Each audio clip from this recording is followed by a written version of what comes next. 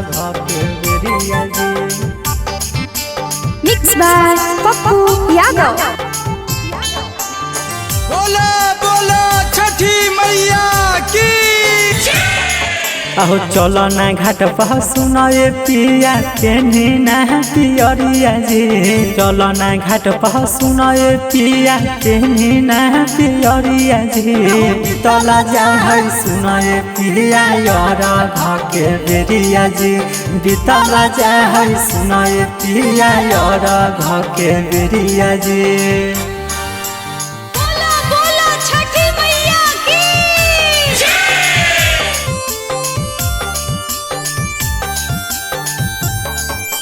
बीतला जाए सुनाए पिया यार घके बेरिया जी।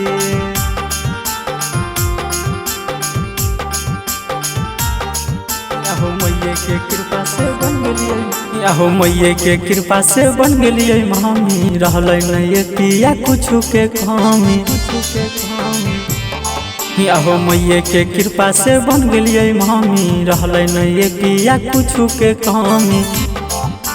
फल मांगाई दह सुनाए पिया सोना के बजरिया से। फल मांगाई दह सुनाए पिया झाझा के बजरिया से। बीतला जाए सुनाए पिया यार घके बेरिया जी। बीतला जाए सुनाए पिया यार घके बेरिया जी। घके बेरिया जी।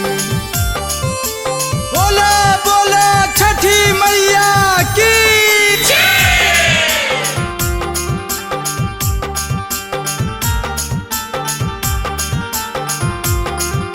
बीतला जाए सुनाए पिया यार घके बेरिया जी। आहो छठी मैया से हम मंगल मांगना में दे दिल कई पिया गोदी में लालाना में। दे दिल कई पिया गोदी में लालाना। आहो छठी मैया से हम मंगल मांगना में दे दिल कई पिया गोदी में लालाना में। आहो किसान नीति सखिया कहर जहनी देरिया जी। किसान पंकज पिया कहर जहनी देरिया जी। आहो बीतला जाए सुनाए पिया यार घके बेरिया जी। बीतला जाए सुनाए पिया यार घके बेरिया जी।